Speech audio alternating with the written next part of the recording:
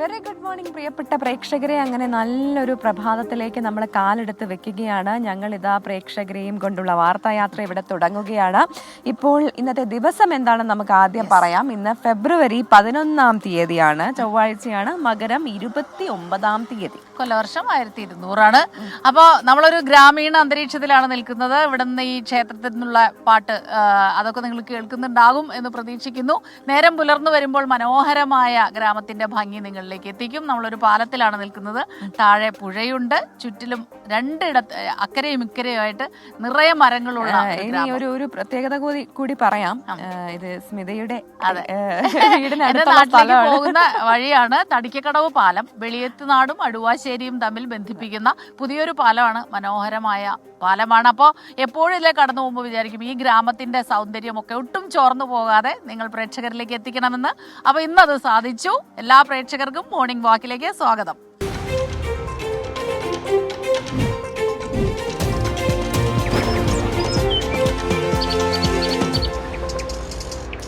അപ്പോൾ എല്ലാ പ്രേക്ഷകർക്കും ഒരിക്കൽ കൂടി സ്വാഗതം. ഓരോരോ പ്രേക്ഷകരായിട്ട് നമ്മുടെ ഈ മോർണിംഗ് വാക്കിലേക്ക് ജോയിൻ ചെയ്തുകൊണ്ടിരിക്കുകയാണ്. നിങ്ങളുടെ ദിനചര്യകൾ ഇങ്ങനെ ആരംഭിക്കട്ടെ എന്ന്, നല്ലൊരു ദിവസത്തോടെ തന്നെ ആകട്ടെ നിങ്ങളുടെ ഇന്നത്തെ യാത്ര എന്നുകൂടി നമ്മൾ ആശംസിക്കുകയാണ്. അത് മാത്രമല്ല, ഇവിടെ ഇപ്പൊ നമ്മൾ ഈ പാലത്തിന് മുകളിൽ നല്ല ഇരുട്ടാണ്. പക്ഷെ ഒരുപാട് പേര് ഇതിലെ നടക്കുന്നുണ്ട്. ഇവിടെ ലൈറ്റ്സ് ഒക്കെ വരുന്നേ ഉള്ളൂ. ഇത് ഇങ്ങനെ പറഞ്ഞിട്ടുണ്ട് കേട്ടോ, നല്ല ഭംഗിയാണ്, നല്ല ഭംഗിയാണ്. പക്ഷെ ഇരുട്ടായതുകൊണ്ട് നമുക്കൊന്നും കാണാൻ പറ്റുന്നില്ല. അതെ. അപ്പൊ എന്തായാലും നമുക്ക് നേരെ വെളുത്ത് തുടങ്ങുമ്പോൾ കാണാം. പക്ഷെ എന്നെ അത്ഭുതപ്പെടുത്തിയ ഒരു കാര്യം, ഈ ഇരുട്ടത്ത് ഒരുപാട് പേര്, സ്ത്രീകളും പുരുഷന്മാരും ഒക്കെ ആയിട്ട് ഒരുപാട് പേര് ഈ പാലത്തിന് മുകളിലൂടെ മോർണിംഗ് വാക്കിന് ഇറങ്ങിയിട്ടുണ്ട്. ശരിക്കും പറഞ്ഞാൽ 6 മണി കഴിഞ്ഞു. പക്ഷെ നേരം വെളുക്കുന്നത് ഈയിടെ ആയിട്ട് കുറച്ച് രാത്രി കൂടുതലുണ്ട്. രാത്രി കൂടുതലുണ്ട്, നല്ല തണുപ്പുണ്ട്. പകലൊക്കെ നല്ല ചൂടല്ലേ, രാവിലെ നല്ല സുഖമാണ്. അപ്പൊ അതുകൊണ്ടും കൂടി ആയിരിക്കും ആളുകൾ നേരത്തെ എഴുന്നേറ്റ് നടക്കുന്നുണ്ട്. നല്ല ദിവസമാകട്ടെ. പക്ഷേ നമ്മൾ ഇന്നലെ രാത്രി വന്ന ഒരു വാർത്തയുണ്ട്. ആ വാർത്തയുടെ വാർത്തയിലേക്കാണ് അത് രാവിലെ തന്നെ പോകുന്നത്. അത് നമ്മളെ വല്ലാതെ ദുഃഖിപ്പിക്കുന്ന, വേദനിപ്പിക്കുന്ന വാർത്തയാണ്. ഇന്നലെ കാട്ടാനയുടെ ആക്രമണത്തിൽ സോഫിയ എന്ന സ്ത്രീ മരിച്ചിരുന്നു. ഇടുക്കി പെരുവന്താനത്താണ് ആക്രമണം ഉണ്ടായത്.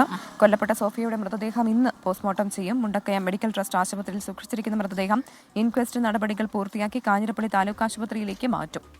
മുണ്ടക്കയം വരിക്കാനി ജുമാ മസ്ജിദിലാണ് ഖബറടക്കം നടക്കുക. സോഫിയയുടെ കുടുംബത്തിന് ഇന്നു തന്നെ ധനസഹായം നൽകുമെന്ന് ജില്ലാ കളക്ടർ വി വിഘ്നേശ്വരി പറഞ്ഞു. കാട്ടാന ഭീഷണിയിൽ കഴിയുന്ന 3 കുടുംബങ്ങളെ പ്രദേശത്തു നിന്ന് മാറ്റിപ്പാർപ്പിക്കുമെന്നും ജില്ലാ കളക്ടർ വ്യക്തമാക്കി. ഇവരുടെ ആവശ്യങ്ങൾ, ഇവർ 3 വീടുകളാണ് ഉണ്ട്. അവരെ മാറ്റിപ്പാർപ്പിക്കാനുള്ള കാര്യം നമ്മൾ മാറ്റിപ്പാർപ്പിക്കുന്നു. രണ്ടാമത്തെ കാര്യം ഇവർക്കുള്ള ധനസഹായമാണ്. അത് 4 ലഭ്യമാവും. ധനസഹായം 10 ലക്ഷമാണ്. മൂന്നാമത്തെ കാര്യം ഇവർക്ക് ഉള്ള ജോലിയുടെ കാര്യമാണ്. അത് സർക്കാർ തലത്തിലാണ് തീരുമാനമെടുക്കേണ്ടത്. ഞാൻ അതിലേക്കുള്ള റെക്കമെൻഡേഷൻ അയക്കും. 4ാമത്തെ കാര്യം, ഇത് ഇങ്ങനെ മെയിൻറ്റെയിൻ ചെയ്യാതിട്ടതിന്റെ കാരണത്തെ കൊണ്ടാണ് ഇവിടേക്ക് വന്നിട്ടുള്ളത്. സോ അതിന്റെ കാര്യത്തിലുള്ള നടപടിയും എടുക്കും. വിവരങ്ങളുമായി രാഹുൽ വിജയനാണ് ഇടുക്കിയിൽ നിന്ന് ചേരുന്നത്. Rahul, good morning. നല്ല വാർത്തയല്ല രാഹുലിന് പങ്കുവയ്ക്കാനുള്ളതെന്ന് അറിയാം, എന്നാലും ഗുഡ് മോർണിംഗ് പറയുകയാണ്. ഇനിയിപ്പോൾ നമുക്ക് ഈ ആക്രമണത്തിന്റെ വാർത്തയിലേക്ക് വന്നു കഴിഞ്ഞാൽ, സോഫിയയുടെ മൃതദേഹം ഇപ്പോൾ മോർച്ചറിയിൽ സൂക്ഷിച്ചിരിക്കുകയാണ്. പോസ്റ്റ്മോർട്ടം നടപടികൾ എപ്പോൾ തുടങ്ങുമെന്നാണ് അറിയാൻ സാധിക്കുന്നത്? മറ്റ് വിവരങ്ങൾ, സംസ്കാരം ഉൾപ്പെടെയുള്ള കാര്യങ്ങൾ എപ്പോഴായിരിക്കും നടക്കുക? രാവിലെ 7 മണിയോടുകൂടി ഇൻക്വസ്റ്റ് നടപടികൾ തുടങ്ങും എന്നുള്ളതാണ് അറിയാൻ കഴിയുന്നത്. അതിനുശേഷം പോസ്റ്റ്മോർട്ടം മുണ്ടക്കയത്തല്ല, കാഞ്ഞിരപ്പള്ളി താലൂക്ക് ആശുപത്രിയിലാണ്. നിലവിൽ മൃതദേഹം സൂക്ഷിച്ചിരിക്കുന്നത് മുണ്ടക്കയം മെഡിക്കൽ ട്രസ്റ്റ് ആശുപത്രിയിലാണ്. അവിടെ നിന്നായിരിക്കും പോസ്റ്റ്മോർട്ടത്തിനായി മൃതദേഹം കൊണ്ടുപോകുക. അതിനുശേഷം തിരികെ മുണ്ടക്കയത്തെ ജുമാ മസ്ജിദിലായിരിക്കും ഖബറടക്കുക എന്നുള്ള കാര്യം കൂടി വ്യക്തമാക്കിയിട്ടുണ്ട്. എന്തായാലും അതിദാരുണമായ ഒരു സംഭവമാണ്. ഇന്നലെയാണ് കൊമ്പൻപാറ എന്ന പ്രദേശത്ത് കാട്ടാന ആക്രമണത്തിൽ സോഫിയ എന്ന സ്ത്രീ കൊല്ലപ്പെടുന്നത്. വൈകിട്ട് 6 മണിയോടെയായിരുന്നു സംഭവം. കുളിക്കാനായി ഒരു ഓലിയിൽ അടുത്ത് പോയതായിരുന്നു. അവിടെ വെച്ച് കാട്ടാനെ ആക്രമിച്ച് കൊലപ്പെടുത്തുകയായിരുന്നു. എന്തായാലും വലിയ പ്രതിഷേധമൊക്കെ ഇന്നലെ അരങ്ങേറി. അതിന് പിന്നാലെയാണ് നഷ്ടപരിഹാരം ഉൾപ്പെടെ കൊടുക്കുന്നതും, അതുപോലെ തന്നെ സോഫിയയുടെ കുടുംബത്തിൽ ഒരാൾക്ക് സർക്കാർ ജോലി നൽകുന്നതും, അതുപോലെ ഈ കാട്ടാന ശല്യം തടയുന്നതിന് വേണ്ടിയുള്ള നടപടികൾ സ്വീകരിക്കുന്നതിന് വേണ്ടിയുള്ളൊരു നിർദ്ദേശം അല്ലെങ്കിൽ അത്തരമൊരു പദ്ധതി അടിയന്തരമായി നടപ്പാക്കുമെന്ന് ജില്ലാ കളക്ടർ വ്യക്തമാക്കിയിട്ടുള്ളത്. എന്തായാലും ഈ കാട്ടാന ശല്യം പൂർണ്ണമായും ഒഴിവാക്കുന്നതിന് വേണ്ടിയുള്ള നടപടി അടിയന്തരമായി സ്വീകരിക്കുമെന്ന് ഉറപ്പ് നൽകിയതിനു ശേഷമാണ് ഇന്നലെ മൃതദേഹം രാത്രി 1 മണിയോടുകൂടി ഈ പ്രതിഷേധക്കാർ വിട്ടു നൽകുകയും ചെയ്തത്. എന്തായാലും ഇന്നും സമാനമായ രീതിയിൽ പ്രതിഷേധം ഉണ്ടാകാനുള്ള ഒരു സാധ്യതയുണ്ട്. അത് വനം വകുപ്പ് ഓഫീസിലായിരിക്കും, കോൺഗ്രസിന്റെ നേതൃത്വത്തിലായിരിക്കും എന്നുൾപ്പെടെയുള്ള കാര്യങ്ങൾ മനസ്സിലാകുന്നു. എന്തായാലും ഇൻക്വസ്റ്റ് നടപടി തുടങ്ങിയതിനു ശേഷം പോസ്റ്റ്മോർട്ടത്തിനായി അല്പസമയത്തിനകം മൃതദേഹം കാഞ്ഞിരപ്പള്ളിക്ക് കൊണ്ടുപോകും. രാഹുൽ, ഇന്നലെ രാത്രി നമ്മൾ ആ പ്രതിഷേധങ്ങളൊക്കെ കണ്ടതാണ്. അവർ പറയുന്നതിൽ രാഹുൽ, ഇന്നലെ ആ പ്രതിഷേധങ്ങളൊക്കെ നമ്മൾ കണ്ടിരുന്നു.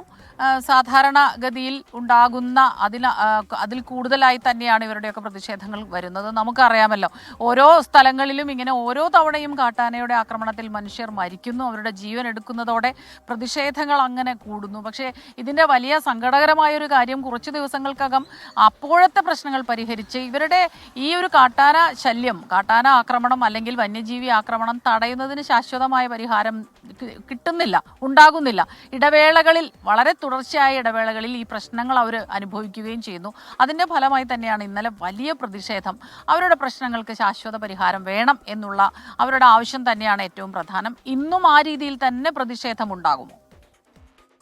പ്രതിഷേധം സ്വാഭാവികമാണ്. പ്രതിഷേധത്തിനുള്ള സാധ്യത ഇന്നും കാണുന്നുണ്ട്. കാരണം ഈ TR&D എസ്റ്റേറ്റിൽ കാട്ടാന ശല്യം കഴിഞ്ഞ 4 വർഷം മാത്രമേ ആയിട്ടുള്ളൂ തുടങ്ങിയിട്ട്. അപ്പോൾ തന്നെ ഈ നാട്ടുകാരുടെ പ്രതിഷേധവും ഉള്ളതാണ്. വനംവകുപ്പിന് പരാതി കൊടുത്തിട്ടുള്ളതാണ്. ഈ കാട്ടാനകളെ വനത്തിലേക്ക് തുരത്താനുള്ള നടപടി ഉണ്ടാകണം എന്നുള്ളതായിരുന്നു നാട്ടുകാർ ആവശ്യപ്പെട്ടിരുന്നത്. പക്ഷേ വനംവകുപ്പ് അതിന് കാര്യക്ഷമമായ ഇടപെടൽ നടത്തിയില്ല എന്നുള്ളതാണ് പ്രധാനപ്പെട്ട പരാതി. മുണ്ടംപതാരിയിൽ RRT തുടങ്ങിയെങ്കിലും അവരുടെ സേവനം കൃത്യസമയത്ത് ലഭിക്കുന്നില്ല എന്നതടക്കമുള്ള കാര്യങ്ങൾ പലതവണ വനംവകുപ്പ് മന്ത്രിയെ അടക്കം ചൂണ്ടിക്കാണിച്ചിട്ടും നാട്ടുകാർക്ക് ഒരു പ്രയോജനപ്പെടുന്ന രീതിയിൽ ഉണ്ടായില്ല. ഇതൊരു റീപ്ലാന്റേഷൻ നടത്താത്ത ഒരു എസ്റ്റേറ്റാണ്, റബ്ബർ തോട്ടമാണ്. അവിടെ വലിയ തരത്തിൽ കാട് പിടിച്ച് കിടക്കുകയാണ്. ഈ തോട്ടമുടമ ഈ പ്ലാന്റേഷൻ ഉപേക്ഷിച്ച ഒരു മട്ടാണ്. അതുകൊണ്ട് തന്നെ കാട് പിടിച്ച് കിടക്കുന്നു. അത് വൃത്തിയാക്കാത്തത് കൊണ്ടും കാട് വെട്ടിത്തെളിക്കാത്തത് കൊണ്ടും ആനകൾ വരുന്നത് സ്വാഭാവികമെന്നാണ് വനം വകുപ്പ് പറയുന്ന അതിലൊരു വിശദീകരണം. പക്ഷേ അത് ആളുകളെ അത് ബാധിക്കുന്നതല്ല. ജനവാസ മേഖലയാണ്, ആ എസ്റ്റേറ്റാണ്. അവിടെ എത്തുന്ന വന്യമൃഗങ്ങളെ തടയാനുള്ള ഉത്തരവാദിത്തം വനം വകുപ്പിനുണ്ട്. അതൊന്നും നടപ്പാക്കാതെ വരുമ്പോൾ ഇത്തരമൊരു സാഹചര്യത്തിൽ പ്രതിഷേധം അത് സ്വാഭാവികമായിട്ടും ഉണ്ടാകും. ഇന്നും അങ്ങനെ തന്നെ ഉണ്ടാകും എന്നുള്ളതാണ്. ഏതെങ്കിലും പ്രത്യേക സംഘടനകൾ നിലവിൽ ഈ പ്രതിഷേധങ്ങളൊന്നും ആഹ്വാനം ചെയ്തിട്ടില്ല. ഈ സംസ്കാര ചടങ്ങുകൾക്ക് ശേഷം മാത്രമായിരിക്കും പ്രതിഷേധം എന്നുള്ളൊരു കാര്യം കൂടി അവർ വ്യക്തമാക്കുന്നുണ്ട്. സ്വാഭാവികമായിട്ടും അത് രാഷ്ട്രീയ പാർട്ടികളുടെ ഒരു പ്രതിഷേധം കൂടിയായി മാറാനുള്ള സാഹചര്യം മുണ്ടക്കയത്ത് കാണുന്നുമുണ്ട്. അതോടൊപ്പം തന്നെ രാഹുൽ, മറ്റൊരു കാര്യം കൂടി ചോദിച്ചോട്ടെ. ഈ പ്രദേശത്തുള്ള മറ്റു കുടുംബങ്ങളെ മാറ്റിപ്പാർപ്പിക്കുമെന്ന് പറയുന്നുണ്ടായിരുന്നല്ലോ, അതിലേക്കൊക്കെ കടന്നിട്ടുണ്ടോ? നിലവിൽ ആ കുടുംബം അവിടെ തന്നെ തുടരുകയാണോ? 3 കുടുംബങ്ങളെയാണ് മാറ്റി പാർപ്പിക്കാനുള്ളത്. ഇപ്പൊ ഇന്നലെ കാട്ടാന ആക്രമണം ഉണ്ടായ സ്ഥലത്ത് 3 വീടുകളുണ്ട്. അവിടെയുള്ള ആളുകളെ മാറ്റി പാർപ്പിക്കുന്നതിനുള്ള നടപടി തുടങ്ങിയിട്ടുണ്ട്. അതിൽ ഒറ്റപ്പെട്ട വിജനമായ പ്രദേശം. നമ്മൾ ഇന്നലെ അവിടെ എത്താൻ തന്നെ ഒരുപാട് പാടുപെട്ടു. നമ്മൾ ജീപ്പിൽ ഓഫ് റോഡ് യാത്രയൊക്കെ ചെയ്തതിനു ശേഷമാണ് ഈ സംഭവം നടന്ന സ്ഥലത്തേക്ക് എത്തിയത്. പ്രധാന റൂട്ടിൽ നിന്ന് ഏകദേശം 5-6 കിലോമീറ്റർ ദൂരെയാണ്. അവിടേക്ക് ഒറ്റപ്പെട്ട ഈ 3 കുടുംബങ്ങൾ മാത്രം. ഈ 3 കുടുംബത്തിലെ ആളുകൾ ഇതിലെ നടന്നു പോകുമ്പോൾ തന്നെ അവരുടെ ജീവന് വലിയ തരത്തിലുള്ള ഭീഷണിയും പ്രശ്നവും ഈ വന്യമൃഗങ്ങൾ ഉയർത്തിയിരുന്നു എന്നുള്ളത് വളരെ പ്രധാനപ്പെട്ട കാര്യമാണ്. അതുകൊണ്ട് തന്നെ അവരെ അടിയന്തരമായിട്ട് മാറ്റാനുള്ള നടപടി സ്വീകരിക്കുമെന്ന് നേരത്തെ പറഞ്ഞിരുന്നു. അത് എത്രയും പെട്ടെന്ന് ഉണ്ടാകുമെന്നുള്ളതാണ് കളക്ടർ വ്യക്തമാക്കുന്നത്. ശരി, രാഹുൽ വിജയനാണ് വിവരങ്ങൾ നൽകിയത്. അതേസമയം തന്നെ തിരുവനന്തപുരം പാലോട് ഒരു മൃതദേഹം കണ്ടെത്തിയിരുന്നു വനത്തിനുള്ളിൽ. അതും കാട്ടാന ആക്രമണത്തിലാണ് ആൾ കൊല്ലപ്പെട്ടത് എന്നാണ് മനസ്സിലാക്കുന്നത്. ഇൻക്വസ്റ്റ് നടപടികൾ പൂർത്തിയാക്കിയാലേ ഇക്കാര്യവുമായി ബന്ധപ്പെട്ട് കൂടുതൽ വിവരങ്ങൾ ലഭ്യമാകുമെന്നാണ് ജയശങ്കർ റിപ്പോർട്ട് ചെയ്യുന്നത്. തിരുവനന്തപുരത്ത് വടക്കൻ അതിർത്തിയിൽ നിന്ന് വയനാട്ടിൽ നിന്ന് സ്ഥിരം വന്നുകൊണ്ടിരുന്ന വാർത്ത അതുപോലെ മലപ്പുറത്തും ഇത് ഉണ്ടാകുമായിരുന്നു, പാലക്കാടും ഉണ്ടാകുമായിരുന്നു. ഇപ്പോൾ ഇടുക്കിയിൽ നിന്ന് ഒരു ഇടവേളയ്ക്ക് ശേഷം വീണ്ടും ഇതുപോലെയുള്ള ദുരന്ത വാർത്തകൾ വരുന്നു. അപ്പോൾ ഈ 3 കുടുംബങ്ങളെ മാറ്റി പാർപ്പിക്കുക എന്നത് ഏറ്റവും പ്രധാനമാണ്. അത് ഏറ്റവും അടിയന്തരമായി തന്നെ നടപ്പാക്കുമെന്ന് നമ്മളും പ്രതീക്ഷിക്കുന്നുണ്ട്. അപ്പോൾ രാഹുൽ, ആ വിവരങ്ങൾ അല്പസമയത്തിനകം തന്നെ കൂടുതൽ വിവരങ്ങളുമായി നമുക്കൊപ്പം വീണ്ടും ചേരുകയും ചെയ്യും. നമ്മൾ ഇനി മറ്റൊരു പ്രധാനപ്പെട്ട വാർത്തയിലേക്ക് കടക്കുക എന്നാൽ പ്രവിത നമ്മളെപ്പോഴും പറയുന്നത് പോലെ പാതിവില തട്ടിപ്പ് കേസ് അത് പ്രേക്ഷകർക്ക് കേട്ട് മടുത്തു എന്ന് പറയുമ്പോഴും വീണ്ടും വീണ്ടും പ്രേക്ഷകർ ചോദിക്കുന്നുണ്ട് എന്തായി അത്, പ്രതിയുടെ കാര്യത്തിൽ എന്ത് തീരുമാനമായി, മറ്റു പ്രതികളിലേക്ക് എപ്പോഴാണ് അന്വേഷണം നീളുക. ഇന്നലെ നമ്മൾ കണ്ടതാണ് ക്രൈംബ്രാഞ്ചിന്റെ അന്വേഷണം തുടങ്ങി അതിനൊരു പ്രത്യേക അന്വേഷണ സംഘത്തെ തന്നെ നിയോഗിച്ചിട്ടുണ്ട്. അപ്പോൾ അതിന്റെ തുടർവാർത്തകളിലേക്കാണ് നമ്മൾ ഇന്ന് പോകുന്നത്. അതെ, തട്ടിപ്പ് കേസിലെ പ്രതി അനന്തകൃഷ്ണന്റെ ജാമ്യാപേക്ഷ മൂവാറ്റുപുഴ കോടതി ഇന്ന് പരിഗണിക്കും. രാഷ്ട്രീയക്കാർ ഉൾപ്പെടെ പ്രമുഖർ ഉൾപ്പെട്ട കേസായതിനാൽ തന്റെ ജീവന ഭീഷണിയുണ്ടെന്നും സംരക്ഷണം വേണമെന്നുമാണ് അനന്തു ഇന്നലെ കോടതിയിൽ ആവശ്യപ്പെട്ടത്. കോടതി ഈ കാര്യം പരിഗണിക്കുകയും ചെയ്തിട്ടുണ്ട്. അപ്പോൾ ജാമ്യാപേക്ഷയെ ശക്തമായി എതിർക്കാനാണ് ഇന്ന് പ്രോസിക്യൂഷൻ തീരുമാനിച്ചിരിക്കുന്നത്. ഇന്ന് ശക്തമായ വാദപ്രതിവാദം ഉണ്ടാകും കോടതിയിൽ നിന്നുള്ള കാര്യത്തിൽ സംശയമില്ല. അതെ, അതിന്റെ കൂടുതൽ വിവരങ്ങളുമായി ശ്യാംകുമാറാണ് നമുക്കൊപ്പം കൊച്ചിയിൽ നിന്ന് ചേരുന്നത്. Shyam, good morning. ശ്യാം, നമ്മുടെ ടീമിനൊക്കെ തന്നെ ഈ വാർത്ത ഫോളോ ചെയ്യുന്ന ടീമിനൊക്കെ തന്നെ വലിയ തിരക്കേറിയ ദിവസങ്ങളാണ് ഇപ്പോൾ. ശ്യാം തന്നെ ഓരോ ദിവസവും പറയാറുണ്ട് ഇത് ഓരോ ദിവസവും എത്ര കോൾസാണ് വീണ്ടും വന്നുകൊണ്ടിരിക്കുന്നത്. ഒരുപാട് പേർ പരാതികളുമായി ഇപ്പോഴും വരുമ്പോഴാണ് അനന്തകൃഷ്ണന്റെ ജാമ്യാപേക്ഷ ഇന്ന് കോടതിയിൽ പരിഗണിക്കാനിരിക്കുന്നത്. ശക്തമായി തന്നെ പ്രോസിക്യൂഷൻ എന്തെല്ലാം വാദങ്ങൾ നിരത്തിയാകും പ്രോസിക്യൂഷൻ ഇതിനെ എതിർക്കുക? Good morning. ഈ കേസുമായി ബന്ധപ്പെട്ട ഇന്ന് ആദ്യ കേസിലാണ് ജാമ്യാപേക്ഷ കോടതിയിലേക്ക് എത്തുന്നത്. ഇന്നലെ ഈ കേസ് പരിഗണിച്ചപ്പോഴാണ് കോടതിയിൽ വെച്ച് പ്രതി പറഞ്ഞത് രാഷ്ട്രീയക്കാർക്കും ഉദ്യോഗസ്ഥർക്കും പങ്കുള്ള കേസാണ്, തന്റെ ജീവന് ഭീഷണിയുണ്ട്, അതിനാൽ കോടതി സംരക്ഷണം നൽകണമെന്നുള്ളതായിരുന്നു പ്രതി കോടതിയിൽ ആവശ്യപ്പെട്ടത്. കോടതി ഇത് അനുവദിക്കുകയും ചെയ്തു. അതിന്റെ തൊട്ടടുത്ത ദിവസമാണ് ഈ ജാമ്യ അപേക്ഷ കോടതിയുടെ മുന്നിലേക്ക് എത്തുന്നത്. സ്വാഭാവികമായി ഒരു ചെറിയ കേസാണ്, അതുകൊണ്ട് തന്നെ അനന്തകൃഷ്ണന് ജാമ്യം നൽകണം, മറ്റ് തട്ടിപ്പുകൾ ഒക്കെ ചെറിയ തുകയാണ് എന്നുള്ള വാദം ഉൾപ്പെടെ പ്രതിഭാഗം കോടതിയിൽ ഉയർത്താൻ സാധ്യതയുണ്ട്. ആ പണം തിരികെ നൽകും എന്നുള്ള വാദമായിരിക്കും കോടതിയിൽ ഉയർത്തുക. പക്ഷേ ഒരു കാരണവശാലും ഏകദേശം 100-നടുത്ത് പരാതികൾ വരാൻ സാധ്യതയുള്ള ഈ കേസിൽ ജാമ്യം നൽകരുത് എന്നുള്ള വാദം പ്രോസിക്യൂഷൻ ഉയർത്തും. പ്രത്യേകിച്ച് കഴിഞ്ഞ ദിവസങ്ങളിൽ പോലീസ് കസ്റ്റഡിയിൽ പ്രതി നൽകിയ മൊഴി അത് നിരവധി രാഷ്ട്രീയ നേതാക്കളിലേക്കും അവർക്ക് നൽകിയ സംഭാവനകളിലേക്കും പണം കൈമാറിയ രീതികളിലേക്കും ഒക്കെയുള്ള വിവരങ്ങൾ പോലീസിന് നൽകിയിരുന്നു. ആ മൊഴികളുടെ അടിസ്ഥാനത്തിൽ പ്രതിക്ക് ജാമ്യം നൽകിയാൽ മറ്റ് കേസന്വേഷണത്തെ ഒക്കെ ബാധിക്കുമെന്നുള്ളതാകും പ്രോസിക്യൂഷന്റെ വാദം. പ്രത്യേകിച്ച് ഈ കേസന്വേഷണം ക്രൈംബ്രാഞ്ച് ഏറ്റെടുത്ത സാഹചര്യത്തിൽ അവരുടെ കൂടി അഭിപ്രായം പ്രോസിക്യൂഷന് തേടേണ്ടിയിരിക്കുന്നു. ഏതായാലും ഇന്ന് പ്രതിക്ക് ജാമ്യം ലഭിക്കാനുള്ള സാധ്യതകൾ വളരെ കുറവാണ്. പ്രത്യേകിച്ച് കോടതി ഈ വിഷയത്തിൽ പോലീസിന്റെ റിപ്പോർട്ട് തേടുകയാണെങ്കിൽ ഈ കേസ് മറ്റൊരു ദിവസത്തേക്ക് മാറ്റിവെക്കാനുള്ള സാധ്യതയാണുള്ളത്. രാവിലെ 11 മണിയോടുകൂടി മൂവാറ്റുപുഴ 1ാം ക്ലാസ് മജിസ്ട്രേറ്റ് കോടതിയാകും ഈ കേസ് പരിഗണിക്കുക. ശരി, എസ് ശ്യാംകുമാറാണ് വിവരങ്ങൾ നൽകിയത്. ശ്യാമിന് ഇന്ന് വളരെ തിരക്കുള്ളൊരു ദിവസമാണ് എന്നുള്ള കാര്യത്തിൽ സംശയമൊന്നുമില്ല. നമ്മുടെ കമന്റ് ബോക്സിലേക്ക് വന്നു കഴിഞ്ഞാൽ ഒരുപാട് പ്രേക്ഷകർ നമുക്ക് ആശംസകളുമായി എത്തുന്നുണ്ട്. ഗുഡ് മോർണിംഗ് സ്മിത, പ്രവിത എന്ന് ബീന പറയുന്നുണ്ട്. സതീശൻ എന്താണ് പ്രവി ക്രിസ്റ്റി എന്നാണ് വിളിച്ചിട്ടുള്ളത്. എനിക്ക് തോന്നുന്നത് ശബ്ദം മാത്രമായിരിക്കും കേൾക്കുന്നത്. സ്മിത ഹരിദാസും പ്രവിത ലക്ഷ്മി. എന്നാല് എല്ലാ ദിവസവും ശബ്ദം കേൾക്കുന്ന റീന അത് തെറ്റിച്ചത് ശരിയായില്ല. കഷ്ടായിപ്പോയി. പ്രജിനെയും ക്രിസ്റ്റിനെയും ഒരുപാട് പേർ ചോദിക്കുന്നുണ്ട്. എനിക്ക് തോന്നുന്നു 2 ദിവസമായിട്ട് നമ്മൾ രണ്ടുപേരും തന്നെ ആയതുകൊണ്ടായിരിക്കും ഇങ്ങനെ മാറി ഞങ്ങൾ വന്നുകൊണ്ടേയിരിക്കും. അതെ, കുട്ടനും പറയുന്നുണ്ട് ഗുഡ് മോർണിംഗ് പ്രവിത ക്രിസ്റ്റീന എന്നാണ് പറയുന്നത്. അപ്പം എനിക്ക് തോന്നുന്നു നേരെ മൊബൈൽ ശബ്ദം കേൾക്കുന്നവരാണ് അങ്ങനെ പോകുന്ന ആളുകൾ. സന്തോഷം. എന്തായാലും കാണാൻ പറ്റുന്നില്ലെങ്കിൽ കേൾക്കുക. റഷീദയാണ് പറയുന്നത് പ്രജിനെയും ക്രിസ്റ്റീനെയും മിസ് ചെയ്യുന്നു എന്ന്. ഉടൻ തന്നെ അവര് തിരിച്ചു വരും, വിഷമിക്കേണ്ട, അവരിലേക്ക് എത്തിക്കുകയും ചെയ്യും. പ്രഭാതത്തിൽ ഒരുപാട് പ്രേക്ഷകർ ഇത് കാണുന്നു എന്നറിയുന്നതിൽ വലിയ സന്തോഷം. അപ്പം തന്നെ ഈ കാട്ടാന ആക്രമണവുമായി ബന്ധപ്പെട്ടുള്ള ഒരുപാട് കമന്റ്സ് ഇങ്ങനെ വന്നുകൊണ്ടേയിരിപ്പുണ്ട്. വെൽക്കം ബാക്ക് പ്രിയ പ്രേക്ഷകരെ. ഞാൻ ഇങ്ങനെ ആ കാഴ്ച കണ്ടുകൊണ്ടിരിക്കുകയായിരുന്നു കേട്ടോ. അത് പ്രേക്ഷകരിലേക്ക് ഇപ്പം എത്തിക്കാൻ പറ്റില്ല, കാരണം ഇരുട്ടാണ്. പക്ഷെ നമുക്ക് ഇവിടെ നിന്ന് കാണാൻ പറ്റുന്നുണ്ട്. വഞ്ചിയിൽ വല ഇങ്ങനെ വിരിച്ചിട്ട് മീൻ പിടിക്കുന്ന ഒരു കാഴ്ചയുണ്ട്. എന്തായാലും അത് ഇപ്പൊ ഓണർ എത്തിക്കാൻ പറ്റില്ല, ഇത്തിരി ഇരുട്ടുണ്ട്.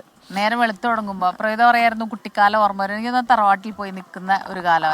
അതെ. അപ്പൊ അതുകൊണ്ട് എന്റെ അച്ഛന്റെ കുടുംബമൊക്കെ ഈ ഒരു സൈഡാണ്. അപ്പൊ അതുകൊണ്ട് ഞാൻ ഇങ്ങനെ ആ ഒരു കാഴ്ച, പിന്നെ അത് മാത്രമല്ല ഉറക്കെ ഇങ്ങനെ പാട്ട് കേൾക്കാം രാവിലെ അമ്പലത്തിൽ നിന്നുള്ള. അപ്പൊ അതൊക്കെ ഒരു എനിക്ക് ഓർമ്മ വരുന്നത് പുഴയിൽ കുളിക്കാൻ പോകുന്നത്. വെളുപ്പിനൊക്കെ അമ്മയുടെ കൂടെ, പ്രത്യേകിച്ച് ഈ മണ്ഡലക്കാലമൊക്കെ ആയിക്കഴിഞ്ഞാൽ വെളുപ്പിന് കുളിക്കാൻ പോകണം. അപ്പോൾ പുഴയിൽ പോയിട്ട് അപ്പോൾ കുറേ പേരുണ്ടാവും, എല്ലാവരും കൂടെ പോവും.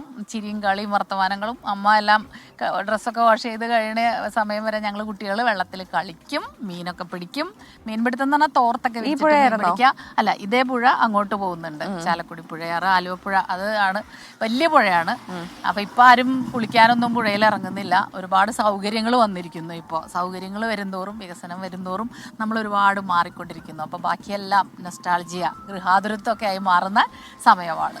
വളരെ പെട്ടെന്ന് വാർത്തയിലേക്ക് പോയാൽ പാമ്പുകടിയേറ്റുള്ള മരണം ദുരന്ത നിവാരണ നിയമത്തിന്റെ പരിധിയിൽ കൊണ്ടുവന്നത് വനം വകുപ്പിന്റെ പ്രത്യേക ശുപാർശ പരിഗണിച്ച് പാമ്പുകടിയേറ്റുള്ള മരണം 2011 മുതൽ 2025 വരെ നോക്കിയാൽ ഗണ്യമായി ഉയർന്നിട്ടുണ്ട്. ഈ സാഹചര്യത്തിലാണ് ഈ നടപടി. പാമ്പുകടിയേറ്റ് മരിച്ചത് ഈ കാലയളവിൽ 1149 പേരാണ്. പുതിയ തീരുമാനത്തോടെ മരിക്കുന്നവരുടെ കുടുംബത്തിന് കൂടുതൽ നഷ്ടപരിഹാര തുക ലഭിക്കും. AV ജയശങ്കറാണ് തിരുവനന്തപുരത്ത് നിന്ന് വിവരങ്ങളുമായി ചേരുന്നത്. Jaishankar, good morning. ജയശങ്കർ, ഒരു ആശ്വാസകരമായ വാർത്തയാണ് വരുന്നത്. നമ്മൾ കഴിഞ്ഞ ദിവസങ്ങളിലൊക്കെ തന്നെ ഈ ഒരു വർഷത്തിൽ തന്നെ നോക്കിയാൽ പലയിടങ്ങളിൽ നിന്നും ഈ പാമ്പുകടിയേറ്റ് മരിക്കുന്നവരുടെ എണ്ണം അതിൽ വർധനയുണ്ടായി എന്നുള്ളത് ഈ വലിയ കണക്കുകളിലേക്കൊന്നും പോകണ്ട, സാധാരണ നമ്മൾ റിപ്പോർട്ട് ചെയ്ത വാർത്തകൾ നോക്കിയാൽ തന്നെ മനസ്സിലാവും. അപ്പോൾ തീർച്ചയായിട്ടും ഈ ദുരന്ത നിവാരണ ആ രീതിയിലുള്ള ആശ്വാസം, സമാശ്വാസമൊക്കെ അവർക്ക് കിട്ടും, കോമ്പൻസേഷൻ കിട്ടും എന്നുള്ളത് ഒരു ആശ്വാസകരമായ വാർത്ത തന്നെയാണ്. എന്തെല്ലാമാണ് അവർക്ക് ലഭിക്കുക? കൂടുതൽ വിവരങ്ങൾ എന്താണ്? രണ്ടുപേർക്കും ഗുഡ് മോർണിംഗ്. എന്തായാലും വനം വകുപ്പിന്റെ പ്രത്യേക ശുപാർശ അനുസരിച്ചാണ് ഇത്തരത്തിൽ ദുരന്ത നിവാരണ നിയമത്തിന്റെ പരിധിയിൽ ഈ ഉൾപ്പെടുത്തിക്കൊണ്ട് പാമ്പുകടിയേറ്റുള്ള മരണങ്ങൾക്ക് നഷ്ടപരിഹാരം നൽകാൻ നിലവിൽ സർക്കാർ തീരുമാനിച്ചത്. കഴിഞ്ഞ ദിവസം ചേർന്ന മന്ത്രിസഭാ യോഗത്തിലായിരുന്നു ഇത്തരത്തിലൊരു തീരുമാനം വന്നിരിക്കുന്നത്. നേരത്തെ ഇത്തരത്തിൽ പാമ്പുകടിയേറ്റുള്ള മരണങ്ങൾക്ക് 2 ലക്ഷം രൂപയാണ് നഷ്ടപരിഹാരം ലഭിക്കുന്നതെങ്കിൽ ഇനി മുതൽ അത് 4 ലക്ഷം രൂപയായിരിക്കും നഷ്ടപരിഹാരം ലഭിക്കുക.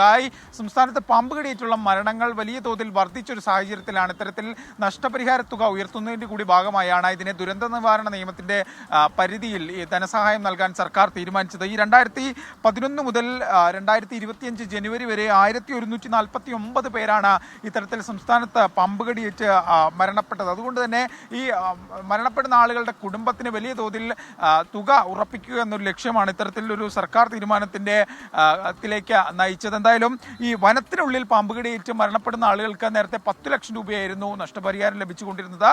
ഈ 10 ലക്ഷം എന്ന നഷ്ടപരിഹാര തുക ഇതേപോലെ തന്നെ തുടരും. എന്നാൽ പുതിയ തീരുമാനം ബാധകമാവുക വനത്തിന് പുറത്തുള്ള പാമ്പുകടിക്കാണ്. ഏറ്റവും കൂടുതൽ പാമ്പുകടിയിട്ടുള്ള മരണങ്ങൾ നടക്കുന്നത് വനത്തിന് പുറത്താണ്, ജനവാസ മേഖലയിൽ. അതുകൊണ്ട് തന്നെ ആളുകളെ സംബന്ധിച്ച് കൂടുതൽ ധനസഹായം ആളുകൾക്ക് ലഭിക്കാൻ ഇത് സഹായകരമാകും. ഒപ്പം തന്നെ ഈ തേനീച്ച ആക്രമണം ഉൾപ്പെടെയുള്ള മരണങ്ങൾ ഇതേ പരിധിയിൽ ഉൾപ്പെടുന്ന കാര്യം വനംവകുപ്പ് പരിശോധിക്കുന്നുണ്ട്. വിശദമായ കൂടിയാലോചനയ്ക്ക് ശേഷമായിരിക്കും ഇക്കാര്യത്തിൽ എന്തായാലും ഒരു തീരുമാനമാവുക. എന്തായാലും സംസ്ഥാനത്ത് ഏറ്റവും കൂടുതൽ ആളുകൾ മരണപ്പെടുന്ന പാമ്പുകടിയേറ്റുള്ള അത്തരം മരണങ്ങൾക്ക് ഇനി ഉയർന്ന നഷ്ടപരിഹാരം ലഭിക്കും. ഇതിന് ദുരന്ത നിവാരണ നിയമത്തിന്റെ പരിധിയിൽ ഉൾപ്പെടുത്തിയിരിക്കുന്നു. ഇത്തരത്തിൽ ഈ വന്യജീവി ആക്രമണങ്ങളൊക്കെ വർദ്ധിക്കുന്ന സാഹചര്യത്തിൽ ഈ നാട്ടിൽ ജനവാസ മേഖലയിലുള്ള പല ജീവികളുടെ ആക്രമണവും ഇത്തരത്തിൽ ദുരന്ത നിവാരണ നിയമത്തിന്റെ പരിധിയിൽ ഉൾപ്പെടുത്തുമ്പോൾ അത്തരം മരണങ്ങൾക്ക് കുടുംബങ്ങൾക്കുണ്ടാകുന്ന നഷ്ടത്തിന് ഒരു പരിധിവരെയെങ്കിലും ഒരു ആശ്വാസം നൽകാൻ സർക്കാരിന് സാധിക്കും. എന്തായാലും വനം വകുപ്പ് ഇക്കാര്യത്തിൽ വലിയ ഒരു തീരുമാനമാണ് എടുത്തിരിക്കുന്നത്, നിർദ്ദേശമാണ് നൽകിയിരിക്കുന്നത്.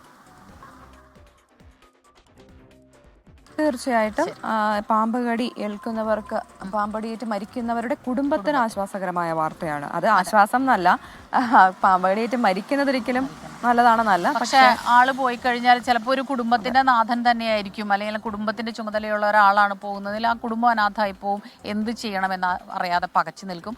മറ്റ് പല പ്രശ്നങ്ങളും പോലെ തന്നെ ഇതും അത്രയും ഗൗരവമേറിയ പ്രശ്നം തന്നെയാണ്. അങ്ങനെ ഒരു നിയമം വരുന്നു, അതിലേക്ക് ചേർക്കുന്നതൊക്കെ വളരെ നല്ല കാര്യം തന്നെയാണ്. പിന്നെ ഈ പാമ്പുകടി അത് പലയിടങ്ങളിലും ഇങ്ങനെ വിഷം ഉള്ള പാമ്പുകൾ അത് ഉണ്ടാകുമ്പോൾ അതിന് പ്രതിരോധ നടപടികളും എടുക്കേണ്ടത് അത്യാവശ്യമാണെന്ന് തോന്നിയിട്ടുണ്ട് അല്ലേ? ഒരുപാട് മെസ്സേജസ് വരുന്നുണ്ട്, ഒരുപാട് പേര്. എനിക്ക് ഒരു കൗതുകം തോന്നിയ ഒരു മെസ്സേജ്, നമ്മളിങ്ങനെ പറയില്ലേ ഫ്രീ ആയിട്ട് കിട്ടിയ ഓസിന് കിട്ടിയ എന്തും കഴിക്കുന്ന പറയുന്ന പോലെ ഒരാളൊരു പാതിവില തട്ടിപ്പിനെ പറ്റിയാണ്. കേരളത്തിലുള്ളവരിങ്ങനെ ഫ്രീ ആണെന്ന് കണ്ടു കഴിഞ്ഞാൽ കുരുടാനും കഴിക്കും അങ്ങനെ എന്തോ പറഞ്ഞിരിക്കുന്നു. അത്രയ്ക്ക് അങ്ങോട്ട് പോകണ്ടായിരുന്നു. പക്ഷെ ഞാനൊരു കാര്യം പറയാം, ഈ അതിശയോക്തിയാണ് ഈ പാതിവില തട്ടിപ്പിന്റെ കാര്യത്തിൽ എന്താണെന്നറിയോ? സ്കൂട്ടറൊക്കെ പകുതി വിലയ്ക്ക്, ലാപ്ടോപ്പ് പകുതി വിലയ്ക്ക്. ഫ്യൂറഡാൻ കഴിക്കുമെന്നാണ് പറഞ്ഞത്. അപ്പം മെസ്സേജിന്റെ അത് എന്താണ് ഞാൻ പറഞ്ഞത്. അപ്പോൾ അതാലോചിച്ച് കുരുടാൻ, അതിന് ഞങ്ങളുടെ നാട്ടിൽ പറയുന്നതാണ് ഈ കുരുടാൻ എന്നുള്ളത്. ഫ്യൂറഡാൻ കഴിച്ചു കഴിഞ്ഞാൽ മരിച്ചോ? അപ്പോൾ ആ രീതിയിൽ ഇല്ല. പിന്നെ ഈ തട്ടിപ്പിന് ഇരയായവർ ശരിയാണ്, ശ്രദ്ധിക്കണം എന്നൊക്കെ നമ്മൾ പറയുമ്പോഴും ഈ വല്ലാത്ത ബുദ്ധിമുട്ടുകൾ അനുഭവിക്കുന്നവർ പാതി വിലയ്ക്ക് ഒരു ജീവിക്കാനൊരു മാർഗമായാൽ നല്ലതെന്ന് കരുതി കൊടുക്കുന്നവരാണ്. പിന്നെ ഉന്നതർ, രാഷ്ട്രീയ നേതാക്കൾ, നമുക്ക് വിശ്വാസമുള്ള പലരുടെയും പേരുകളൊക്കെ ചേർത്ത് വെച്ചാണ് പറയുന്നത്. അപ്പോൾ അങ്ങനെ വിശ്വസിച്ച് പോകുന്നതാണ് പാവങ്ങൾ. എന്തായാലും ഈ അന്വേഷണം കൃത്യമായി നടക്കുന്നുണ്ട് എന്നുള്ളതാണ് ഒരു ആശ്വാസം. സമയം ഇപ്പോൾ 6 മണി കഴിഞ്ഞ് 23 മിനിറ്റാണ്. ഇനി നമുക്ക് സഭയിൽ എന്താണെന്ന് സംഭവിക്കാൻ പോകുന്നത് അതിന്റെ ഒരു സൂചനയാണ് നമ്മൾ പ്രേക്ഷകരിലേക്ക് എത്തിക്കുന്നത്. സംസ്ഥാനത്തെ പോലീസ് അതിക്രമം പ്രതിപക്ഷം ഇന്ന് നിയമസഭയിൽ ഉന്നയിക്കാനിരിക്കുകയാണ്. അടിയന്തര പ്രമേയമായി വിഷയം ഉന്നയിക്കാനാണ് പ്രതിപക്ഷത്തിന്റെ നീക്കം. പാലക്കാട് ഇലപ്പുള്ളിയിലെ വൻകിട മദ്യശാല, വർദ്ധിച്ചുവരുന്ന വന്യജീവി ആക്രമണം അടക്കമുള്ള വിഷയങ്ങൾ ചോദ്യോത്തരവേളയിൽ പ്രതിപക്ഷം ഉയർത്തും. ധനമന്ത്രി KN ബാലഗോപാൽ അവതരിപ്പിച്ച ബജറ്റിന്മേലുള്ള പൊതുചർച്ച ഇന്നും തുടരും. സ്വകാര്യ സർവകലാശാലകളുടെ കരട് ബില്ല് മന്ത്രിസഭ ഇന്നലെ അംഗീകരിച്ചിരുന്നു. നിയമസഭയുടെ പരിഗണനയിലേക്ക് എന്നു കൊണ്ടുവരണം എന്ന തീരുമാനം ഇന്നത്തെ കാര്യോപദേശക സമിതിയിൽ ഉണ്ടാകാൻ സാധ്യതയുണ്ട്. ഇനി ഏറെ ചർച്ച ചെയ്യപ്പെട്ട ഒന്നാണ് മുനമ്പം ഭൂമി തർക്കവുമായി ബന്ധപ്പെട്ടുള്ള കേസ്. അപ്പം കേസ് കോഴിക്കോട് വഖഫ് ട്രിബ്യൂണൽ ഇന്ന് വീണ്ടും പരിഗണിക്കുന്നുണ്ട്. ഫറൂഖ് കോളേജ് മാനേജ്മെന്റ് അസോസിയേഷൻ നൽകിയ ഹർജിയിൽ കക്ഷി ചേരാനുള്ള മുനമ്പം നിവാസികളുടെ അപേക്ഷയാണ് ഇന്ന് പരിഗണിക്കുക. വഖഫ് ബോർഡിന്റെ നടപടിയെ ചോദ്യം ചെയ്തായിരുന്നു ഫറൂഖ് കോളേജ് മാനേജ്മെന്റ് അസോസിയേഷൻ ഹർജി നൽകിയത്. കോളേജിന് ഭൂമി നൽകിയ സിദ്ദിഖ് സേഠിന്റെ മകൻ ഇർഷാദ് സേഠിനെ ഹർജിയിൽ ഇന്നലെ കക്ഷി ചേർത്തിരുന്നു. കേസിൽ കക്ഷി ചേരണമെന്ന വഖഫ് സംരക്ഷണ സമിതിയുടെയും വഖഫ് സംരക്ഷണ വേദിയുടെയും അപേക്ഷ കഴിഞ്ഞ ദിവസങ്ങളിൽ ട്രിബ്യൂണൽ തള്ളിയിരുന്നു.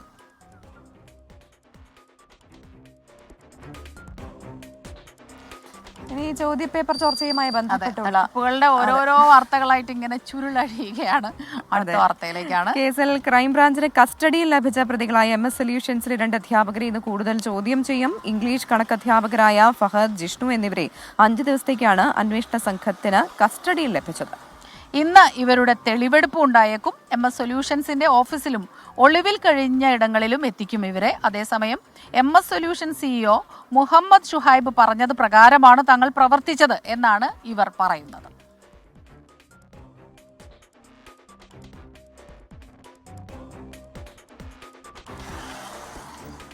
ഇപ്പോൾ സമയം 6 മണി കഴിഞ്ഞ് 25 മിനിറ്റ്. അപ്പൊ നമ്മൾ നിൽക്കുന്നത് എവിടെയാണെന്ന് ഒരിക്കൽ തടിക്കക്കടവ് പാലത്തിലാണ്. ഇപ്പൊ കുറേശ്ശെ കാണാൻ പറ്റുമെന്ന് വിചാരിക്കുന്നു. നേരം ഇങ്ങനെ വെളുത്ത് വരുന്നുണ്ട്, വെളിച്ചം വീണു തുടങ്ങിയിരിക്കുന്നു. അപ്പൊ ആലുവ UC കോളേജിനടുത്ത് നിന്ന് വന്നിട്ട് 2 ഗ്രാമങ്ങളെ തമ്മിൽ ബന്ധിപ്പിക്കുന്ന പാലമാണ്. അടുവാശ്ശേരിയും വെളിയത്തുനാടുമാണ് ഈ ഗ്രാമങ്ങൾ. അത് രണ്ടും ഇഷ്ടംപോലെ കുറേ കാലമൊക്കെ ശരിക്കും പറഞ്ഞാൽ ഈ വള്ളത്തിൽ വഞ്ചിയിലാണ് പോയിക്കൊണ്ടിരുന്നത്. അപ്പൊ യാത്രാ സൗകര്യം കൃത്യമായി ഉണ്ട്. നേരെ തന്നെ ആലുവയിലേക്ക് ഇവിടുത്തുകാർക്ക് പോയി കയറാൻ പറ്റിയ സൗകര്യമുള്ളൊരു പാലമാണ്. മനോഹരമായ കാഴ്ചകളുണ്ട്. കുറച്ചുകൂടി വെളുത്താൽ ആ ദൃശ്യങ്ങൾ നിങ്ങളിലേക്ക് എത്തിക്കാൻ പ്രവിത പറഞ്ഞതുപോലെ അവിടെ വഞ്ചിയുണ്ട്. അപ്പൊ ആരോ പ്രവിതയെ ട്രോളുന്നുണ്ടായിരുന്നു. വഞ്ചിയിലല്ല വലവിരിക്കുന്നത്, വെള്ളത്തിലാണ് വലവിരിക്കുന്നത്. പ്രവിത അങ്ങനെ തന്നെയാണ് പറഞ്ഞത്. ഓക്കെ, അടുത്ത വാർത്തയിലേക്ക് പോകാം. തിരുവനന്തപുരത്ത് ഞാൻ അല്പസമയം മുൻപ് സൂചിപ്പിച്ച ആ വാർത്തയുണ്ടല്ലോ, പാലോട് വനത്തിനുള്ളിൽ കണ്ടെത്തിയ മൃതദേഹം ഇന്ന് പുറത്തെടുക്കും. ശാസ്താംനട സ്വദേശി ബാബുവിന്റെ മൃതദേഹമാണ് കണ്ടെത്തിയത്. കാട്ടാന ആക്രമണത്തിലാണ് മരണം എന്നതാണ് പ്രാഥമിക നിഗമനം. CCTV ദൃശ്യങ്ങൾ പുറത്തു വന്നിട്ടുണ്ട്. അത് വേറെ വാർത്തയാണ്. AV ജയശങ്കറാണ് തിരുവനന്തപുരത്ത് നിന്ന് ഈ വാർത്തയുടെ കൂടുതൽ വിവരങ്ങളുമായി ചേരുന്നത്. Jaishankar, good morning. Good morning എന്ന് പറയുമ്പോൾ തന്നെ നമുക്കറിയാത്ര സന്തോഷകരമായ വാർത്തയല്ല പങ്കുവയ്ക്കാനുള്ളത്. ഇന്നലെ കാട്ടാനാക്രമണത്തിൽ മരിച്ച സോഫിയുടെ വിവരം, പ്രതിഷേധം അതൊക്കെ വന്നുകൊണ്ടിരിക്കുമ്പോൾ തന്നെയാണ് ഈ വാർത്തയും പുറത്തു വന്നത്. ഇന്ന് അതിന്റെ കൂടുതൽ വിവരങ്ങൾ പറയും. അതായത് നട സ്വദേശി ബാബുവിന്റെ മൃതദേഹം കഴിഞ്ഞ ദിവസമാണ് പാലോട് വനമേഖലയിൽ കണ്ടെത്തിയത്. കുറച്ച് ദിവസമായി ഇദ്ദേഹത്തെ കാണാനില്ലെന്നൊരു പരാതിയൊക്കെ കുടുംബം പാലോട് പോലീസ് അറിയിച്ചിരുന്നു. പിന്നാലെയാണ് ഇന്നലെ രാത്രിയോടുകൂടി ഈ വനം വകുപ്പ് ഉദ്യോഗസ്ഥരൊക്കെ ഇത്തരത്തിൽ മൃതദേഹം കണ്ടെത്തി. എന്തായാലും രാവിലെയോടെ തന്നെ പാലോട് പോലീസും വനം വകുപ്പ് അധികൃതരും ചെന്ന് ഈ മൃതദേഹം പുറത്തെടുക്കും. ഈ നാട്ടുകാരും ഇല്ലെങ്കിൽ ഈ മൃതദേഹം കണ്ട ആളുകളൊക്കെ പ്രകടിപ്പിച്ചൊരു സംശയം ഈ കാട്ടാന ആക്രമണത്തിൽ ആണ് ഈ മരണമെന്നാണ്. പക്ഷേ ഇത് സ്ഥിരീകരിച്ചിട്ടില്ല. കാരണം ഈ പ്രദേശത്ത് കാട്ടാന നിരന്തരമായി വരുന്നൊരു സ്ഥലമാണ്. ഈ മൃതദേഹത്തിനടുത്ത് കാട്ടാനയുടെ കാൽപ്പാടുകൾ ഉൾപ്പെടെ കണ്ടു. ഇതിന്റെ അടിസ്ഥാനത്തിലാണ് കാട്ടാനാക്രമണം എന്നൊരു സംശയം നാട്ടുകാർ ഒക്കെ പ്രകടിപ്പിച്ചു. എന്തായാലും ഇന്ന് മൃതദേഹം പോലീസ് എത്തി പരിശോധിക്കും. ഇൻക്വസ്റ്റ് നടപടികൾ പൂർത്തിയാക്കി മൃതദേഹം മെഡിക്കൽ കോളേജിലേക്ക് മാറ്റാനാണ് തീരുമാനം. ഈ പ്രാഥമിക പരിശോധനയിൽ കാട്ടാനാക്രമണമാണോ അല്ലയോ എന്ന് തിരിച്ചറിയാനാകുമെന്നാണ് വനം വകുപ്പ് പറയുന്നത്. എന്തായാലും രാവിലെയോടുകൂടി 8 മണിയോടുകൂടി തന്നെ ഈ പോലീസും വനം വകുപ്പും ഒക്കെ തന്നെ കാട്ടിൽ കയറി ഈ മൃതദേഹം പുറത്തെടുക്കും. വലിയ കുടുംബത്തെ സംബന്ധിച്ച് വലിയ ദുഃഖമാണ്. കുറച്ച് ദിവസം മുമ്പ് പുറത്തേക്ക് എന്തോ ഒരു ആവശ്യത്തിന് പോയതാണ്. പിന്നീട് 2-3 ദിവസമായി ഇദ്ദേഹത്തെ കാണാനില്ല.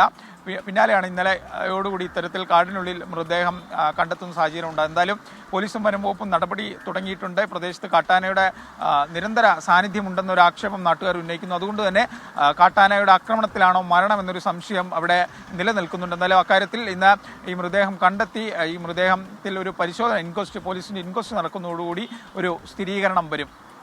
ക്രിസ്റ്റീന. ശരി, ജയശങ്കറാണ് തിരുവനന്തപുരത്ത് നിന്ന് വിവരങ്ങൾ നൽകിയത്. ജയശങ്കർ പറഞ്ഞ കാര്യം ഞാൻ ആലോചിക്കുകയായിരുന്നു. വീട്ടിൽ നിന്ന് സാധാരണ പോലെ ഇറങ്ങി പോകുന്നു ഒരാവശ്യത്തിന് വേണ്ടി, പിന്നീട് ആള് വരുന്നില്ല. പക്ഷെ അപ്പോഴും നമ്മൾ ഇങ്ങനെ വിചാരിക്കില്ലല്ലോ അല്ലേ. അത് കഴിഞ്ഞപ്പോൾ ഈ മൃതദേഹമാണ് കണ്ടെത്തുന്നത്.